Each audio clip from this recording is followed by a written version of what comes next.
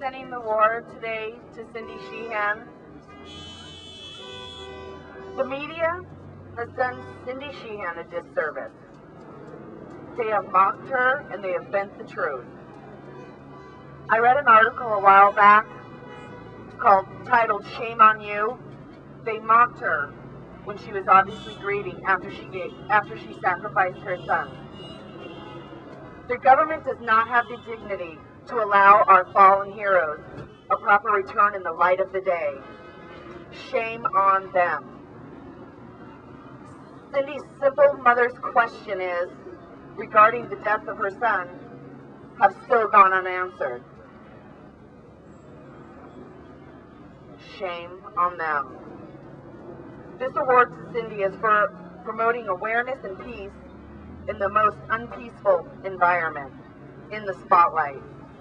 In truth, she may be a peace activist, a sister, but bottom line, it's Casey's mom.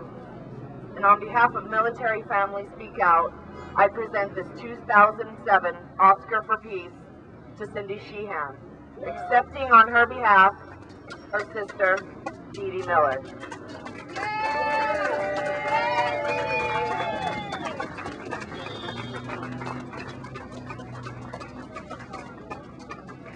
I didn't know I was doing this. Cindy's in Turkey right now, speaking out, where they are very concerned about an attack on Iran, and I hope you guys know that it's a more realistic thing than I think common folks are willing to admit. Casey, as they're reading the names, was number 615. And I hate that they label and put their numbers on them. And as the press secretary said, what's his name? You know their own numbers. Tony Snowjob. Tony Snowjob. They're just numbers. And I gotta say, Casey wasn't just a number to me. This is what I do not very much. He was a very, very important part of our family. I remember in 2002, driving home from one of the handful of last visits I had with Casey. It was Oscar Day, and again, Ellen DeGeneres was the presenter, and they were talking about how after 9/11 we can get back to normal just by having the Oscars again. And then 2 years later, Casey was killed, and our life has not been normal or the same since. And you know, I know of 3,155 other families who don't have normal lives anymore either. And like Pat said, we've seen the worst. You know, I have nothing to be afraid of right now.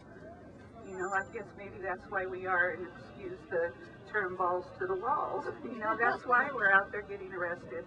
And we try not to say we're angry, but, you know, yeah, it does anger me that people are driving by here oblivious to what we're doing here. And to them down the road, that's what's normal to them. And life that's going on just as hunky-dory for most of America, as it always has. And yet, you know, my good friends from MFSO live in fear daily that they're going to have these, we call them angels of death in green, knock on their doors and tell them your life is never going to be the same again. And then they disappear. And you're left with the rubble. So please, you know, do all you can to encourage those folks that you know are on our side, yet they're invisible and they're hunky-dory with their normal lives. Because it's affecting us all, and whether they want to believe it or not, they're going to be impacted in more ways than they're going to ever want if they don't get busy. Congress, I heard Carl Levin this morning on one of the Sunday morning talking head shows that we're going to have all the troops out by the end of 2008. To realize that's another 2,000 soldiers that we can potentially lose, that's unacceptable to me. It's highly unacceptable to me. Look at the faces of all these people with MFSO shirts. Which one of their kids are you willing to let go down? None, as far as I'm concerned. So please, let's step it up. Please, let's step it up. And we're going back to Camp Casey for Easter. We're going to have an impeachment festival. and we would like you all to attend. I think Pat started the whole impeachment thing, so I'm counting on Pat to bring some of her impeachment pies to the festival. Thank you. Southern California MFSO is the most active, and I am so honored to work so closely with them. She's presenting today. She's presenting to Ron Cantu. Most of you know her as Betha's mom. She's Military Family Speak Out Chapter Coordination for the state of California, and this lady alone has started 5 chapters of Military Family Speak Out. With all the respect in the world, Pat Alviso. Thank you. It's really great to see all of you, and an honor to recognize so many of you that I've worked side by side with. Today, we recognize a wonderful young man I have not had the pleasure of meeting and can't wait to. His name is Sergeant Ron Cantu. He's with the 1st Army Division in Iraq.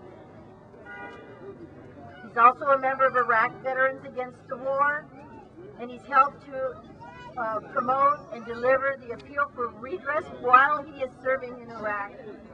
He's a very special, brave young man. While in Iraq, he began questioning why we were there. He also questioned why the soldiers, his buddies, and his friends kept continuing to be put in harm's way. While in Iraq, he also started something very new and different.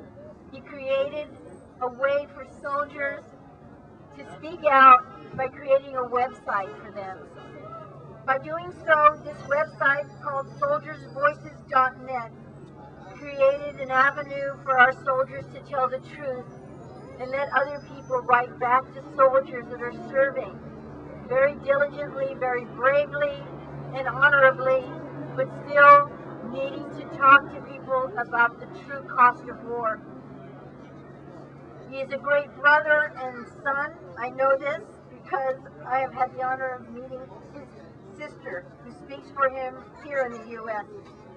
He's currently on his 2nd tour of duty in Iraq.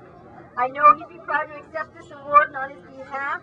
You will see him on 60 Minutes tonight, and I would like to introduce to you his sister, Lisa Cantu. Hey, Lisa!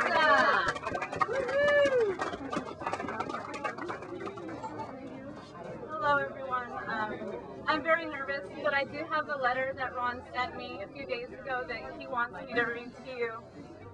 And this is what Ron has to say from Iraq. I want to thank the veterans of the Vietnam War. Because of their sacrifices on and off the battlefield, the veterans of my generation are all heroes and don't have to worry about being blamed for the situation overseas.